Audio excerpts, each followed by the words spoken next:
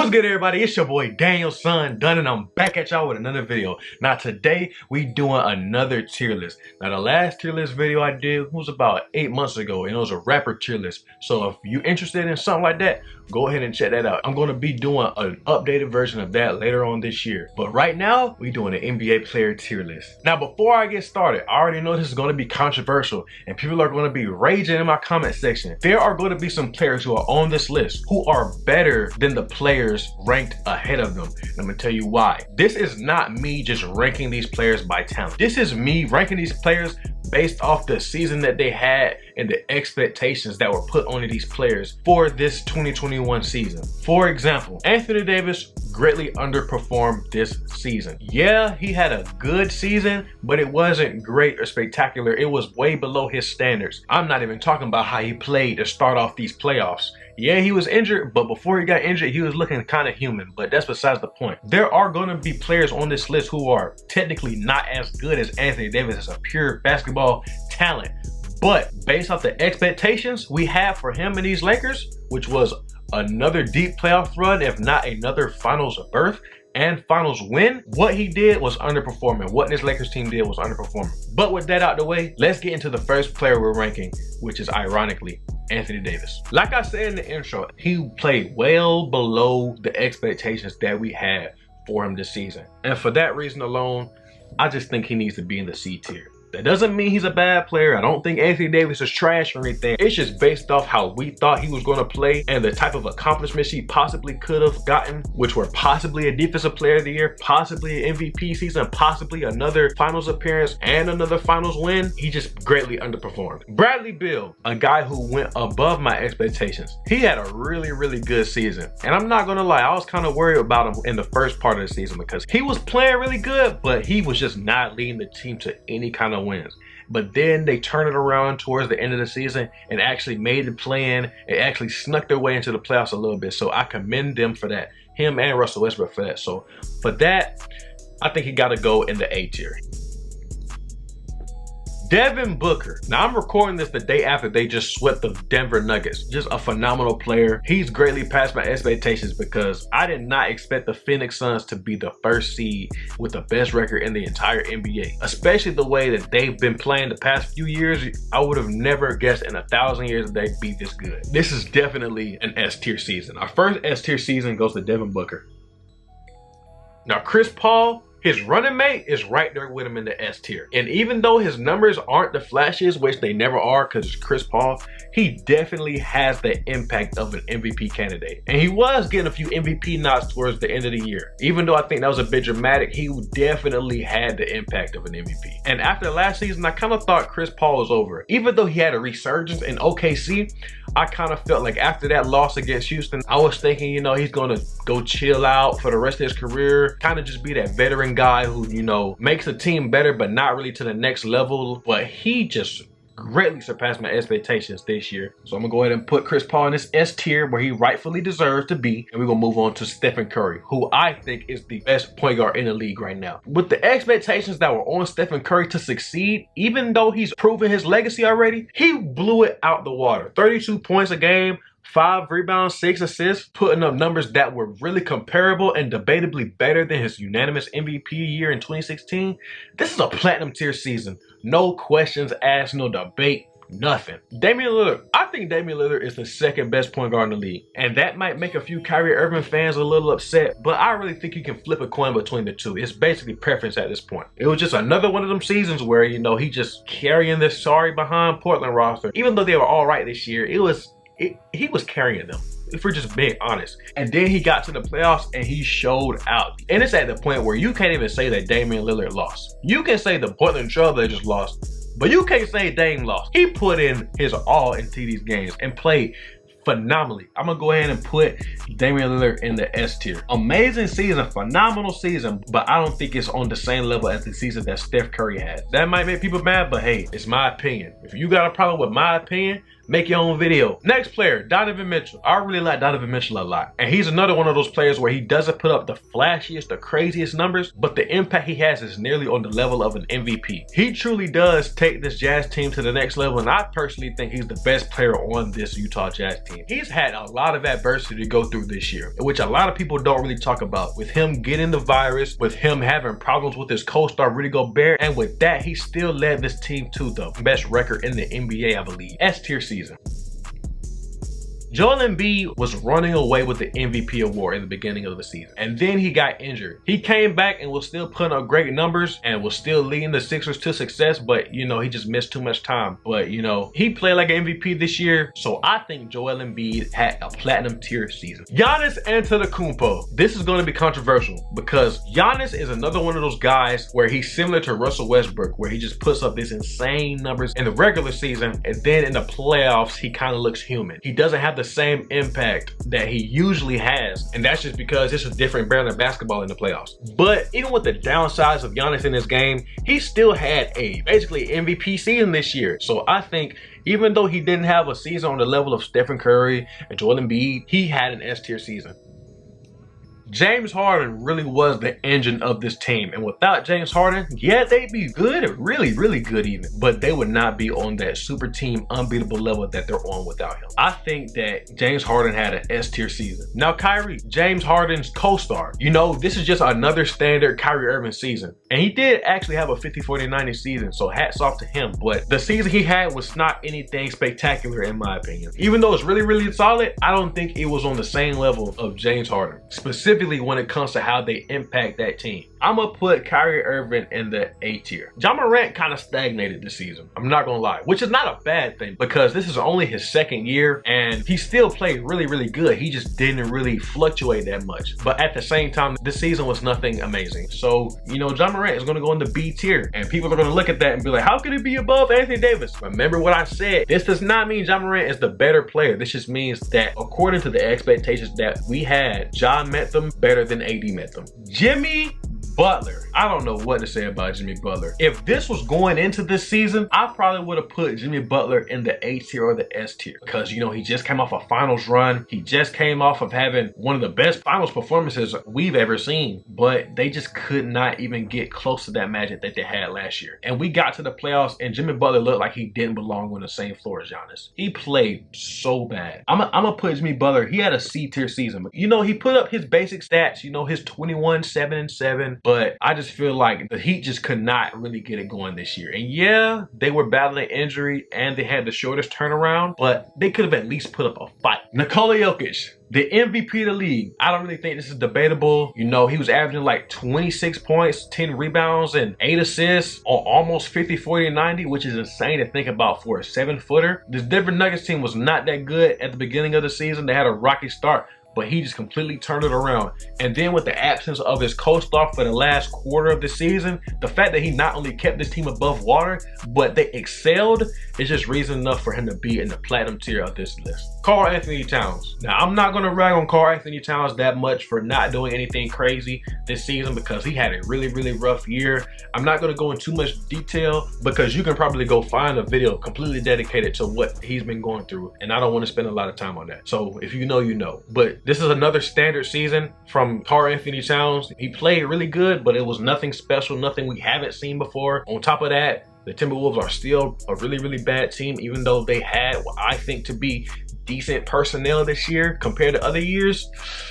This is a B season. Now, Kawhi Leonard. This is my favorite player in the game. I'm not going to overrate him like a lot of people do with their favorite players. This was a really, really good season by Kawhi Leonard, but it was not anything spectacular. He did put up his good 26, 5, and 6. So, you know, this is just an S tier season by Kawhi Leonard. Even though he's my favorite player, I got to admit that he did not do anything insane this season, but he still played phenomenal basketball. Kevin Durant is averaging 32 points, 7 rebounds, and 4 or 5 assists, I believe, coming off an injury that's supposed to ruin your career. He had an S tier season. I don't really think I need to do a whole lot. Kemba Walker. I've been saying this about Kemba Walker all year. Kemba Walker is just not great. He's just an okay starting point guard in my opinion. He is that guy who's gonna make your team just a little bit better, but not so much better to where it actually moves the needle for how good your team can be. At best, he's gonna get you into the playoffs, but he's not gonna make you a contender. And then on top of that, for most of the year, he was flirting with 38% from the field. It wasn't until like the last month of the season where he started playing pretty good and he got it up to like 40, 41%. But he was playing abysmal for most of the season. I'm gonna put him in the D tier. He should be able to impact the team more than he does, especially during his Boston tenure. D tier. The next player we're going to be talking about is LeBron James. This is going to piss a lot of people off because people still look at him as the #1 top dog in the league. He underperformed, and if you disagree, I don't want to be that guy that's like, if you disagree, you're stupid. But if you disagree, you might be stupid, because this is a guy who's coming off a finals MVP, an MVP caliber season, another season where people were using it to insert him into the GOAT debate, rightfully so, and for him to come into the season and put up decent numbers. But when it came down to the nitty gritty in the playoffs, he just completely underperformed. And yeah, you're gonna look at his stats against the Suns and be like, he played good, he didn't even have help. This is why you have to watch the games and not just be a box score watcher, because if you watch the game, you knew that this was a winnable season for the Lakers. And I'm not gonna say that they should have won. I just think the way they lost was just unacceptable, especially the way LeBron James played those last few games. Even with Chris Paul looking pretty bad due to his shoulder injury, LeBron James still went out there and played with bad body language, wasn't giving it his all on defense, wasn't getting back on defense, was being very, very passive, and had the attitude of, I don't have help, so I don't have to give him my all. And in my opinion, for a guy who's supposed to be the GOAT, that's just unacceptable. It's gonna go in the A tier, which is pretty insane considering that I talked all that trash and he's not even in the bottom half of the list. I don't want to hear anything about him being 36 years old, because when he does good, you can't say, man, he's 36 years old and he's doing all this. And then when he does bad and underperforms, be like, what do you expect from a 36-year-old? I don't want to hear none of that. Let's go ahead and put him in this A tier and move on to the next player. Luka Doncic somehow took it up another level in the regular season, and then in the playoffs went up another notch from the regular season. I don't know what to say about him. You know, y'all saw him a Kawhi Leonard fan. He was just torching them boys. And even though most of those buckets weren't on Kawhi, I gotta give Kawhi some smoke for not taking up that assignment earlier in the series, because it was looking really bad at one point. But regardless of him losing in that series, really good season.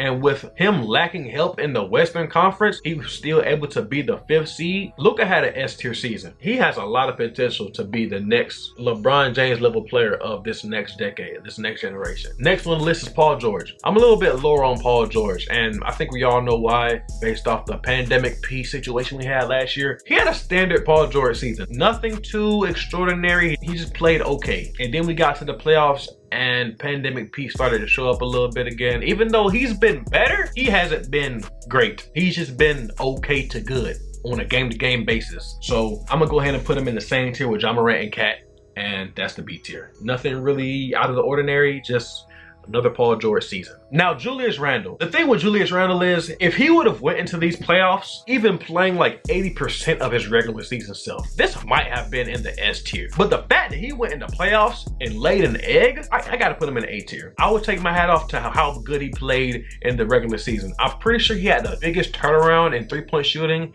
in NBA history. He went from being like a 26% three-point shooter to all the way to 41 or some crazy jump like that. And I'll give him his flowers for that. But the playoffs, where it actually counts, against a Hawks team where, let's be honest, even though they have good defenders, he should not have been as bad as he was in that series. At least shoot 35%. He was shooting in the high 20s. So if I was just going off the regular season, S tier. But since he played so bad in the playoffs, he's knocked down and he's in the A tier. Now we're going to the guy who's the best player on the Knicks during the playoffs, and that's D Rose, which is crazy to say that after all this time, D Rose was the best player on a team in the playoffs. But we got to go with the whole season here. And if we're going off the whole season, Derrick Rose had a B tier season. You know, nothing really spectacular. He didn't have a resurgence. He's just been a good quality point guard ever since those injuries in his Chicago days. But like I said, nothing crazy, nothing spectacular. It's a B tier season. Ben Simmons is the perfect example of a guy whose impact goes beyond the stat sheet. Because if you look at the stat sheet, you will look at him and be like, yo, he played like some mid. But he was the best perimeter defender in the league this year. His rebounds went down, his assists went down, and his points went down. but his impact stayed pretty much the same. He's a really hard player to rank because of that fact that he could average like 12, 6, and 7 and still be a top 20 player in the league. I just think his defense took him over the top this year, and he was my personal defensive player of the year. Ben Simmons is going to go in the A tier. Jason Tatum. Jason Tatum had another phenomenal year for the Boston Celtics. Yeah, they didn't quite meet expectations that I feel like they should have when it comes to team success. Jason Tatum personally as a player just balled out this year, and he's quickly rising to superstardom in this league. I'm just having trouble ranking him because yeah, he played really good individually. I personally think he could have led this team to a better record. You know what? I'm gonna go ahead and put him in the A tier because if I just look at the guys who are in the S tier, I just don't think that he had a season on the level of those guys. So I'm gonna go ahead and put him in the A tier. But if next year Jason Tatum takes it up a notch, leads his team to a better record, and shows some more leadership skills and more assertiveness in certain times in the game, he will definitely be in the S tier. But that's next year. We're just gonna have to see for that. Trey Young, the way he got snubbed for an all-star selection this year should be a crime against humanity. This man has been averaging 26 and 9 this year on not the best efficiency, but it's good enough. It's good efficiency. I feel like he was robbed of an all-star selection, and I blame Steve Nash, but that's besides the point. Trey Young had a really good season, and even though the Hawks had a really rough start, they really turned it around once they fired Lloyd Pierce and hired Nate McMillan. He was a really big contributor and turning this team around, but Trey Young still just balled out regardless of that. So I'm gonna put him in the A tier, man. Hey, Trey Young was really good this year. Russell Westbrook. I don't know how to rank him because he was a huge reason for the Washington Wizards' shortcomings in the beginning of the season. But then in the second half, he was a huge reason for their success. But then in the playoffs, he stunk it up. So I don't really know where to put him because if we're just going off the second half of the season, he had an A-tier season. But the first half plus the playoffs, that's B and C tier. And he averaged another triple-double this year. And truth be told, him averaging another triple-double is just another reason why you just gotta watch the games, man. Just watch the games. Don't just go off the box score because they're misleading. This is another standard Russell Westbrook season. Playing really well in the regular season, averaging his ridiculous stats, getting these crazy box score numbers, and then come playoff time, he turns into a Ninja Turtle. So I think I'm gonna put him in the B tier. Now with the last spot on this list, we got Zion Williamson. I thought it was gonna take a little bit longer for Zion to be this good. Averaging what, 27 on 60% plus from the field? And yes, this Pelicans team was not good by any means at all. I still think that Zion's play just completely outshines how bad they were as a team. Zion played on a crazy level this year, and he really went under the radar. Zion went from being one of the most talked about players in the league to not being talked about at all in the span of like 3 months, which I find insane. He's not even creeping up on superstardom. He's running towards it, chasing it. It's getting to the point where if Zion keeps playing like this, within the next 2 years, we're gonna see him in MVP talks. And next year, I think he's gonna be a borderline top 10 player in the NBA. I'm gonna go ahead and give Zion an A-tier season. One of the best sophomore seasons I've ever seen. It's probably second only to Luka when it comes to second year play. Zion is different, truly built different. Metaphorically and literally, he's literally built insane. But I'm gonna go ahead and put him in this A tier, man. All right, this is the list. And truth be told, I don't see anything that really needs to be changed. All right, it's Editor Dan here. And this is not the final list. It took me a couple days to come back and edit this raw footage. It's been a few days. We had a couple more playoff games, and I'm recording this snippet right here at 6:30 in the morning, the morning after Trey Young and the Atlanta Hawks eliminated Philadelphia. So I've made some changes. First change, Ben Simmons had to drop a tier. He's in the B tier now. The way he played, the lack of aggressiveness, the inability to hit free throws, him having to be taken out the game and with a minute left in game 7, that's just unacceptable, yo. I can't. He got some improvement to make. I also moved Kawhi Leonard. I realized that I kind of was overrating him, even though I said I wouldn't. I did overrate him just a little bit because that is my favorite player. And the last change I made, Kevin Durant, man. Kevin Durant is the best player in the league. It's going to be him until proven otherwise. The way he played against the Bucks, that was some of the greatest performances I've ever seen in back-to-back games. So yeah, I did make changes to the list. Even though in the video I thought it was pretty accurate, things have definitely changed. I'm gonna go ahead and head out, finish editing this video, and I'm gonna let Daniel from a few days ago go ahead and close out this video. All right, peace. But with all that being said, that's going to be the end of the video. I hope y'all enjoyed it. If y'all like these kind of tier list videos, go ahead and let me know that y'all want more, and let me know some ideas what kind of tier videos y'all want in the comment section below. But with all that, it's been your boy Daniel Son Dunn, and I'm gonna catch y'all in the next video. Peace.